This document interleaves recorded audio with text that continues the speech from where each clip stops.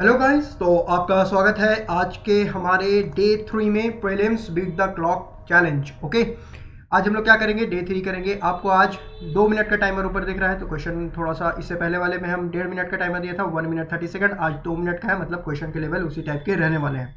ठीक है, तो अगर आप लोग नए हो चैनल पर तो चैनल को सब्सक्राइब कर देना। अगर वीडियो अच्छी लगे तो वीडियो को लाइक कर देना। शेयर करना चाहते हो अपने दोस्तों के साथ तो शेयर भी तुम लोग कर सकते हो। अगर तुम लोगों ने डे 1 और डे 2 नहीं देखा है तो प्लेलिस्ट बन चुकी है, तुम लोग जा करके डे 1 और डे 2 देख सकते हो prelims beat the clock challenge का। ठीक है, तो आज का सवाल हम आपके सामने रखते हैं। ये रहा आपके सामने इंग्लिश में सवाल और ये रहा आपके सामने हिंदी में सवाल। ठीक है, आप अपना टाइमर स्टार्ट कर देता हूं मैं। टाइमर के साथ आप बनाने का कोशिश कीजिए। ठीक है, अब मैं इंग्लिश में ला देता हूं आपके सामने सवाल। आई होप कि हिंदी वालों ने ये ले लिया होगा, स्क्रीनशॉट ले लिया होगा। तो चलिए स्टार्ट करते हैं इसको बनाना। आप लोग ट्राई कीजिए जल्दी, पहले आप लोग ट्राई कर लीजिए, फिर मैं इसको बनाना स्टार्ट करूंगा। जो लोग नए ज्वाइन हो रहे हो, इस सेशन को शेयर कर दो सारी जगह। अगर चाहो तो शेयर कर सकते हो, मेरे तरफ से कोई फोर्स नहीं है कि इस सेशन को शेयर ही करना है और तुमको लाइक ही करना है। सेशन अच्छा लगे तो लाइक कर देना, सेशन को शेयर करना चाहो तो शेयर कर दो।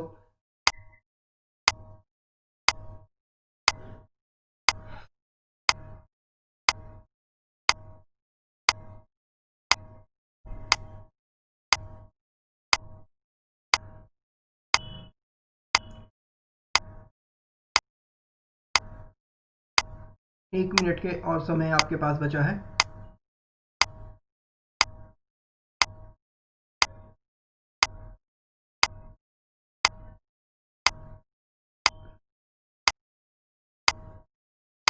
ओके,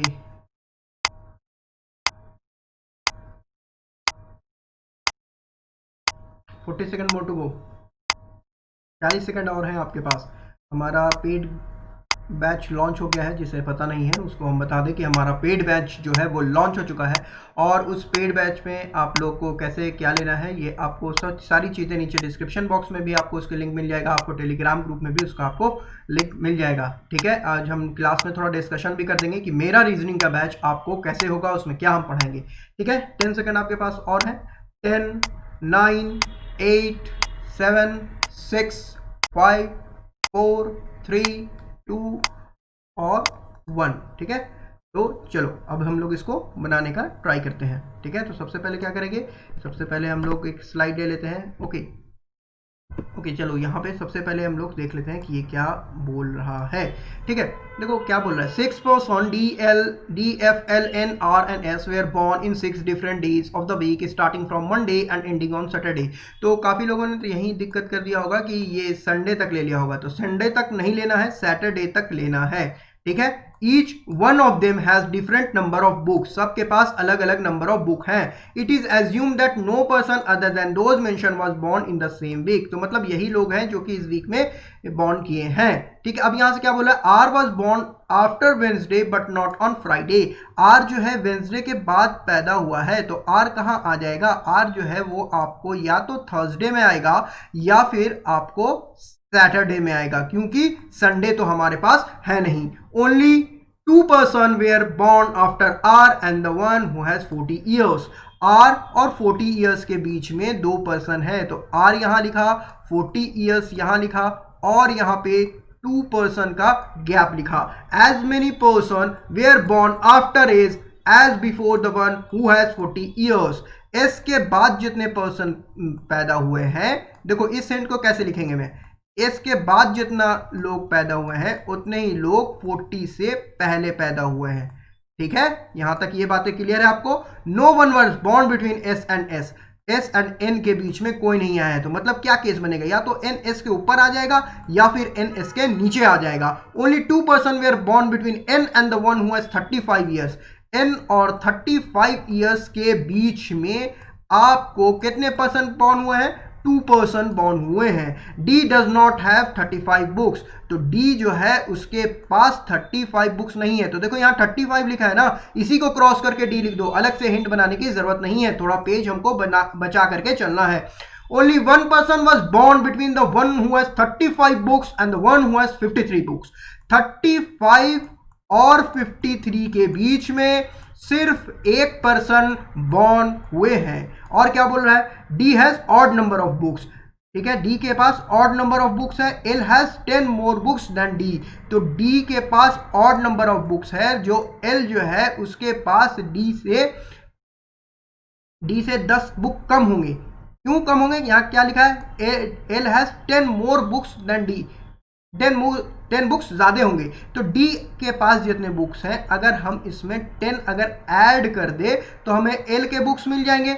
एक बात, ठीक है, डी क्या बोला है, D has odd number of books. अगर डी के पास ऑड है तो एल के पास भी ऑड नंबर ऑफ बुक्स आएंगे। अगर मान लो डी के पास 5 बुक्स है तो इसमें 10 ऐड करोगे तो एल के पास कितना आ जाएगा, 15 बुक्स। डी के पास मान लो अगर 15 बुक्स हैं, अगर एल में अगर 10 बुक और ऐड करोगे तो एल के पास कितना आ जाएगा, 25 बुक। और अगर कोई भी ऑड नंबर में 10 ऐड करोगे तो ऑड ही नंबर आने वाला है, मतलब एल के पास भी ऑड नंबर ऑफ बुक्स हैं। F has 13 more books than R.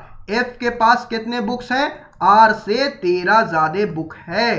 F के पास one of the given person has 58 books. एक कोई पर्सन है जिसके पास 58 बुक्स है। तो ये हमारी सारी हिंट इसकी नोट डाउन हो गई। अब हम क्या करते हैं, अब हम आपको अच्छे से एक जगह हिंट नोट करके दिखा देते हैं। और ये रहा टेबल, अब हम इसमें सॉल्यूशन स्टार्ट करेंगे। ठीक है, इससे अगर हम आपको अपने सामने से हट जाए क्या कि टेबल आपको छिप जाएगी, ऐसा करते हैं कि हम अपने आप को सामने से हटा देते हैं, तब आपको टेबल दिखेगी अच्छे से।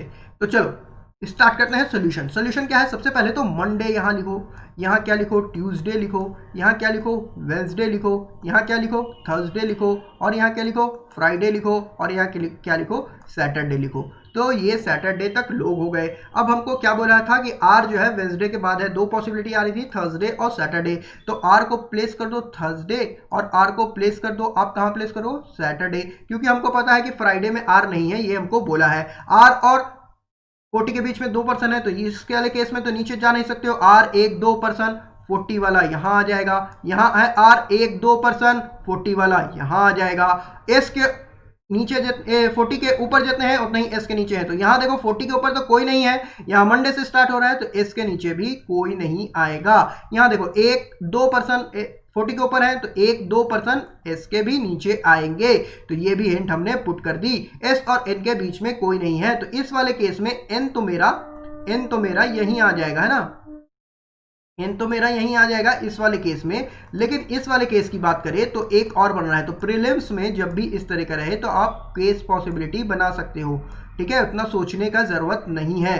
ठीक है, तो आर को जैसे ही हमने यहाँ प्लेस किया, हम लोग 2 पॉसिबिलिटी बना लेते हैं, एक बार एन को ऊपर ले लेते हैं, एक बार एन को नीचे ले लेते हैं। ठीक है, अब क्या आ रहा है, एन और 35 के बीच में 2 पर्सन है, एन यहाँ पुट किया है तो 1-2 35 नीचे आ जाएगा, 1-2 35 ऊपर तो नहीं आ सकता है क्योंकि यहीं तक है हमारा। ठीक है, यहीं तक है, ये वाला हिंट हम लोग ये वाला बॉक्स नहीं यूज कर रहे हैं, मंडे है तो ऊपर नहीं आएगा। तो यहाँ तो आर तो है 35 यहाँ आ गया, और इस वाले केस में 1-2 पर्सन छोड़ करके 35 यहाँ ट्यूसडे में आ गया, और यहाँ एन यहाँ है 1-2 पर्सन छोड़ करके 35 मेरा यहाँ आ गया।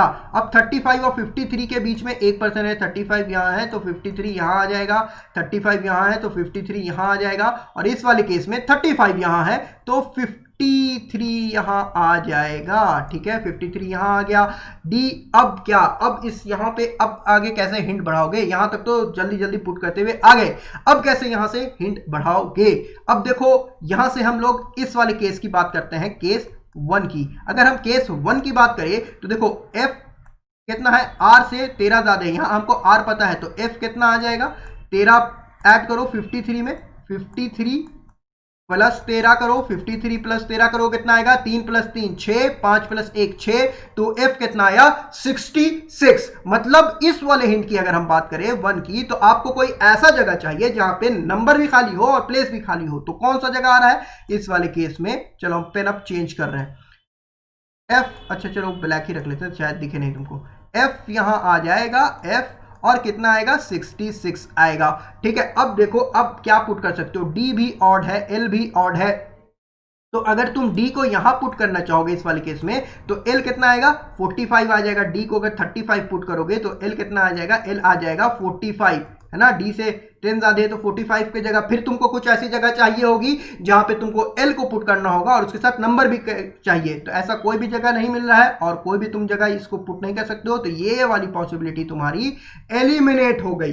अब आते हैं इस वाले पॉसिबिलिटी में। इस वाली पॉसिबिलिटी का अगर हम बात करें तो तुम कहीं पे भी किसी को पुट नहीं कर पाओगे, क्योंकि एट कोई भी रैंडम नंबर तो तुम गेस नहीं कर सकते हो, कोई भी तुम रैंडम नंबर गेस कर लो। अब यहां पे एक काम यहां से कर सकते हो कि एफ आर जो है 35 है, तो इसमें 13 जोड़ दो तो 5 3 8 और 3 1 4। F कितना आ जाएगा, F48 आएगा। तो कोई एक जगह F48 आने वाला है। लेकिन D को क्या नंबर लोगे, L का क्या नंबर लोगे, तो इसमें तो तुम कांट प्रोसीड, इसमें वाले में तो तुम प्रोसीड ही नहीं कर सकते हो। ये कभी नहीं करना, ठीक है, ये कभी नहीं करना कि कोई भी रैंडम नंबर ले ले, ठीक है। अब देखो इस वाले केस में एक हमको 35 मिल रहा है 35, लेकिन हमको यहां बोला है डी जो है वो 35 नहीं है, ठीक है। अब हम अगर डी को हम 25 ले ले, ठीक है, डी को अगर हम 45 ले ले, तुम तो कह सकते हो ना कि डी को अगर 35 नहीं है, तो अब देखो हमको 35 से ही जोड़ करके कोई नंबर सोचना होगा इसमें, ठीक है। डी को अगर हम 45 ले ले तो एल कितना आ जाएगा, डी को अगर हम 45 ले ले तो एल कितना आएगा, एल आ जाएगा 55। तो ये वाला तो फिर दो नया नंबर मिल रहा है, तो ये वाला केस नहीं होगा। अगर हम डी को कितना ले ले, डी को अगर हम आपको 25 ले ले तो L 35 आ रहा है। मतलब कि हमको एक नंबर ऐसा मिल रहा है जो कि पहले से पजल में हमको दिया हुआ है। तो वही अगर हम D को 25 ले तो D को कहां पुट कर पाएंगे, इस वाले केस में D को हम यहां पुट कर पाएंगे, क्योंकि यही एक जगह ऐसी है जहां पे हम नंबर और इसको दोनों को पुट कर सकते हैं, ठीक है। तो D को हम पुट कर दिया, कितना आ गया, D आ गया 25। अब हमको F को पुट करना है, D 25 आया तो L कितना आ जाएगा 35। अब बचा हमारे पास F और R, F और R वाला केस बचा। तो R यहाँ पे 40 नंबर पहले ही से दिया हुआ है और यहाँ पे F ही आने वाला है, तो F को यहाँ पुट कर दो। 40 में से आप 13 घटाओगे तो कितना आ जाएगा, 40 में से 13 घटाओगे तो आप 27 पे आ जाओगे, ठीक है, 27 पे आ जाओगे। और एक नंबर बता था 58 जो कि यहाँ पे आ जाएगा n पर। ये हमारा सॉल्यूशन हो गया, ठीक है। इस तरह के पजल आपको एग्जामिनेशन में आती हैं, ठीक है। इस तरह के पजल में आपको कोशिश क्या करनी है, आपको कोशिश ये करनी है कि जो नंबर दिया हुआ है उसके ही आसपास में चले, कोई भी रैंडम नंबर आपको गेस नहीं करना है, ठीक है। तो चलो अब हम लोग आगे चलते हैं नेक्स्ट क्वेश्चन की तरफ।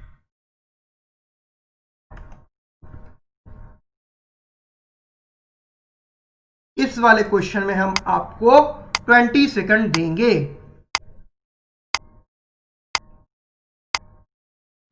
20 सेकंड मिलेगा आपको इस वाले क्वेश्चन में।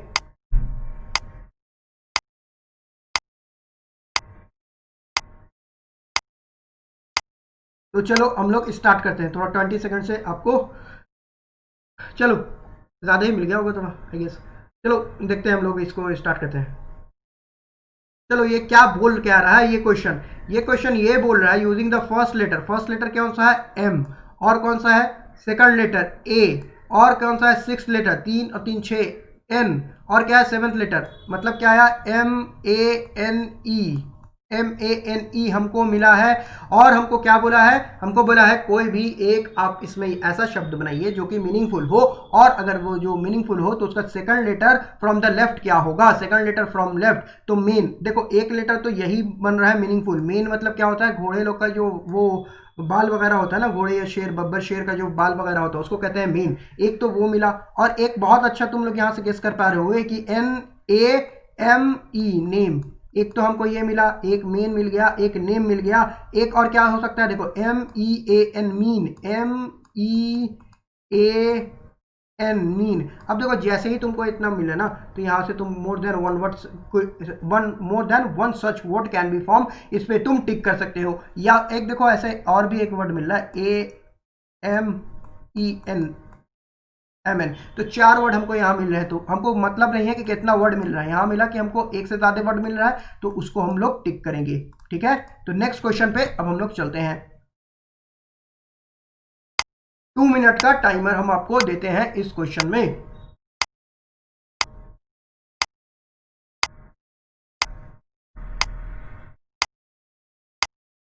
टू मिनट भी तो ज्यादा ही हो जाएगा यार इस क्वेश्चन में, बहुत छोटा सा क्वेश्चन है ये। अगर आपको हिंट समझ में आती है पजल की तो आपको ये क्वेश्चन काफ़ी अच्छा लगेगा। एक त्रिकोणीय मेज में चारों ओर से 6 व्यक्ति बैठे हैं। 3 व्यक्ति कोने पर बैठे हैं और अंदर की ओर का सामना कर रहे हैं, जबकि 3 व्यक्ति बाहर की ओर के हैं। P और S दाई से दूसरे पे बैठा है। P और U दाई और दूसरा पे बैठा है। P U के दाई और दूसरे पे बैठा है। Q R के या तो तीसरा बाएं से है या तीसरा दाएं से है। ठीक है, पॉसिबिलिटी वाली हिंट आ गई। P Q का बगल में नहीं है, मतलब P और Q के इमीडिएट नेबर नहीं है। Q अंदर की ओर दिख रहा है।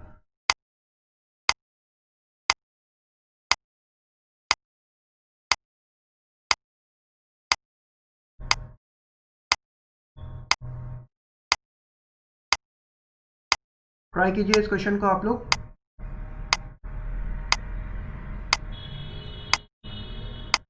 अच्छा चलो, एक काफ़ी होगा क्योंकि 30 सेकंड पे हम ये टाइमर रोक देते हैं। ठीक है,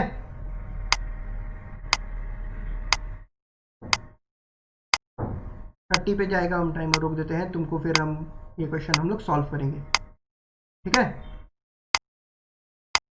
चलो तो ये क्वेश्चन को अब हम लोग सॉल्व करते हैं। क्या बोला, 6 person sitting around a triangular table. एक ट्रायंगुलर टेबल है जिसमें 6 लोग बैठे हैं। 3 person are sit at the corner and facing inward, while 3 are facing outward. तो सबसे पहले क्या करते हैं कि एक ट्रायंगुलर हम लोग ये बना लेते हैं। तो चलो थोड़ा सा हम बड़ा बना लेते हैं इसको।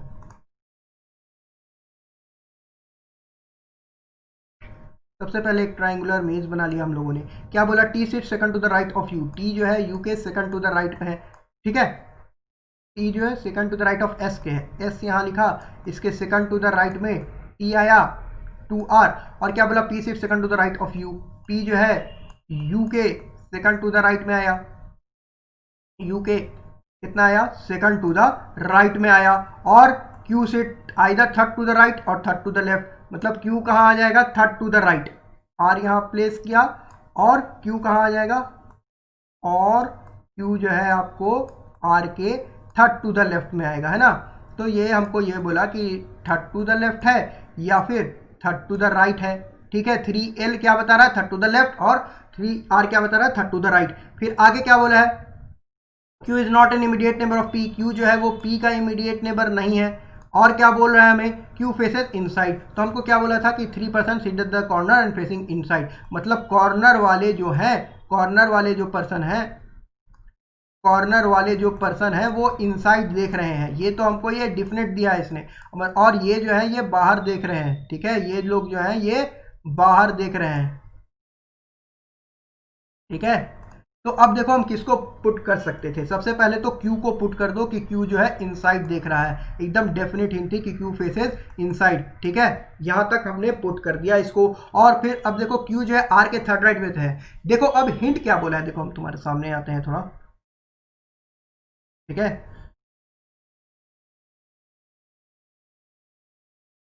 देखो अब हिंट क्या बोला है, Q third to the right है, Q third to the left है। कितने पर्सन है, काउंट करो तो 1 2 3 4 5 6 पर्सन है, 6 पर्सन है। 6 पर्सन में जब भी 3 का गैप है ना, थर्ड टू द राइट या फिर थर्ड टू द लेफ्ट, मतलब कि ये दोनों जो है ना आमने सामने होने वाले हैं। देखो Q यहाँ है, Q यहाँ है, एक पर्सन छोड़ करके, Q यहाँ है, एक पर्सन छोड़ करके, 2 पर्सन छोड़ करके, R यहीं आने वाला है।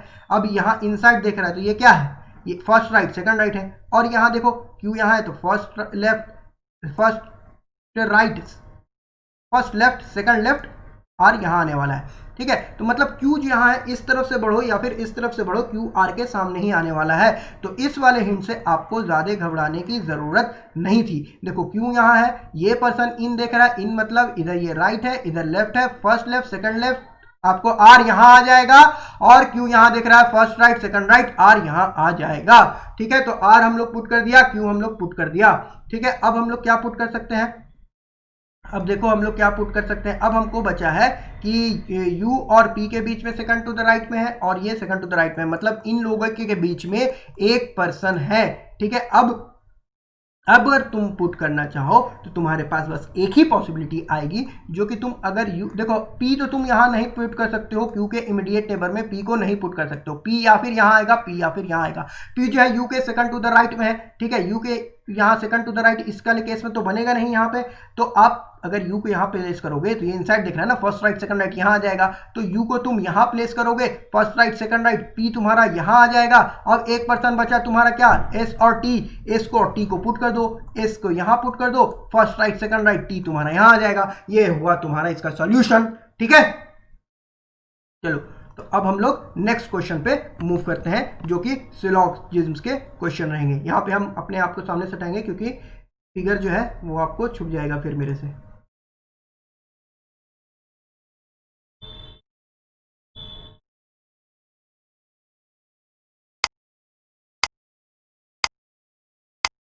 टाइमर रखते हैं हम लोग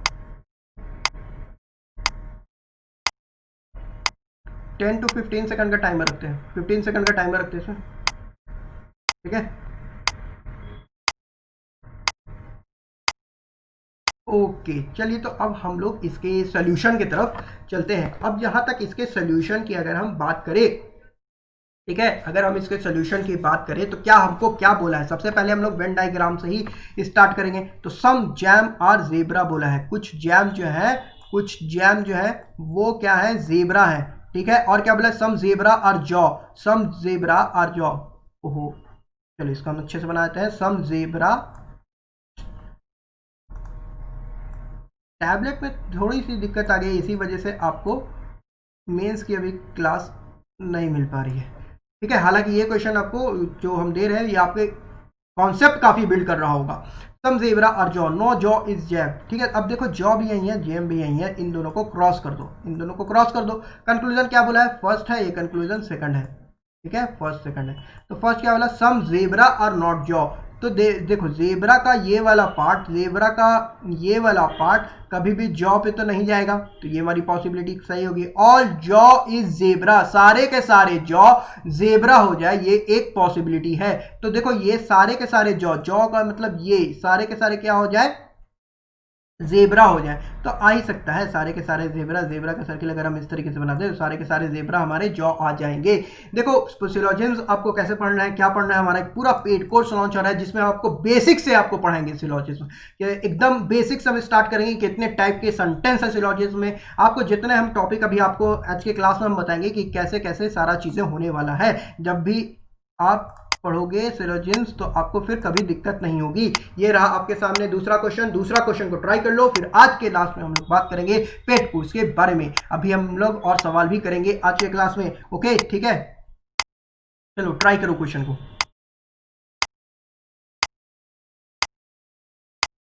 आई होप कि आपने इसको ट्राई किया होगा। आज थोड़ा टाइमर तो आपको मैं 20 सेकंड से ज़्यादा मिल गया। चलो ओनली स्पाइसेस आर बैड, मतलब क्या बोला कि ऑल बैड, सारे के सारे बैड जो है वो क्या हो जाएंगे, सारे के सारे बैड जो है वो स्पाइसेस हो जाएंगे। सम बैलून्स, ओके सम इसको कर दो सही, सम बैलून आर स्पाइसेस, कुछ बैलून जो है स्पाइसेस है। देखो दोनों का है ना मिलता जुलता नाम है, तो यहाँ पे बैलून को BA लिख देना, ठीक है। नो टी इज स्पाइसेस, कोई भी टी जो है वो स्पाइसेस नहीं है, कोई भी टी जो है वो स्पाइसेस नहीं है। अब आ रहा है क्या, ऑल टी आर बैलून, सारे के सारे टी जो है वो बैलून है। अब देखो ये दोनों इंडिपेंडेंट क्वांटिटी है, टी यहाँ है बैलून यहाँ है, तो इन दोनों में कोई रिलेशनशिप नहीं है। और ये एक डेफिनेट कंक्लूजन बोला है, डेफिनेट कंक्लूजन में कोई भी हमको ऐसा चीज नहीं मिलना चाहिए कि यहाँ पे आपको डेफिनेट कंक्लूजन में कोई एक पॉसिबिलिटी भी नहीं मिलनी चाहिए जहाँ पे ये हो जाए ट्रू हो जाए, ठीक है। कोई पॉसिबिलिटी, देखो यहाँ पे टी है और यहाँ पे बैलून है, ये हुआ टी और ये है बैलून। एक पॉसिबिलिटी आपको ऐसी मिल जा रही है कि ये टी आपको इस तरीके से टच कर जाए, लेकिन डेफिनेट कंक्लूजन हमको पॉसिबिलिटी नहीं चाहिए। यहाँ पे हमको डेफिनेटली है, मतलब डेफिनेटली दिखना चाहिए। जैसे यहाँ पे दिख रहा है सम स्पाइसेस आर बैड, ठीक है, यहाँ पे आप balloon, some spices are balloon दिख रहा है यहाँ पर, तो ये एक डेफिनेट चाहिए। यहाँ पे इन दोनों में कोई रिलेशनशिप ही नहीं है, तो ये हमारा गलत हो जाएगा। Some balloon is a bat is a possibility, balloon यहाँ है बैट यहाँ है, इसकी पॉसिबिलिटी पूछा है। ये पॉसिबिलिटी बताओ सही होगी या फिर गलत होगी, ये पॉसिबिलिटी जो है वो गलत होगी। अब बोलोगे कैसे सर, ये तो अगर हम बैलून को सर्किल को इस तरीके से हम आगे बढ़ा दे तो कुछ मेरा बैलून जो है वो मेरा बैट होता चला जा रहा है। लेकिन स्टूडेंट्स यहाँ पे आपको ध्यान देने की जरूरत है। क्या ध्यान देने की जरूरत है कि ओनली स्पाइसेस आर बैड बोला है, मतलब क्या, ओनली स्पाइसेस आर बैड का मतलब क्या कि सिर्फ जो है वो स्पाइसेस ही जो है वो बैड से रिश्ता रख सकता है। स्पाइसेस का रिश्ता पॉजिटिव है बैड के साथ, बैड व स्पाइसेस जो है वो बैड के साथ पॉजिटिव रिश्ता रख रहा है, मतलब बैड जो है सिर्फ स्पाइसेस से ही रिश्ता रखेगा और किसी से ये रिश्ता नहीं रख सकता है।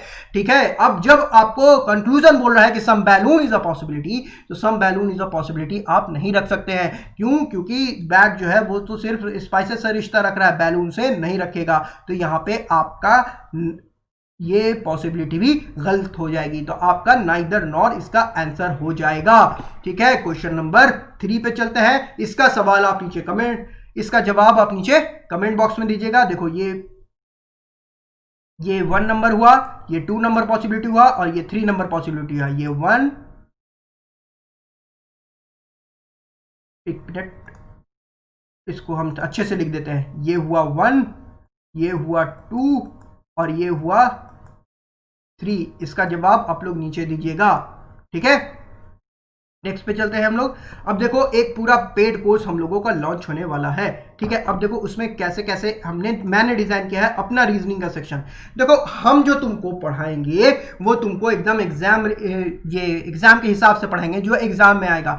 ये नहीं पढ़ाना है कि हम आपको इतना टफ बना दे कि आपसे बन ही नहीं रहे और आप बोले कि वाह कौन सर क्या टीचर है, आप ऐसा सवाल लाते हैं जो हम बना ही नहीं पाते हैं। तो उसलिए हम थोड़ी आए हैं यहाँ कि हम आपको ऐसा सवाल बनाएं कि जो आप बना ही ना पाए। हम आपको यहाँ इसलिए आए हैं कि हम आपको ऐसा सवाल बताएं जो कि आप बना पाओ।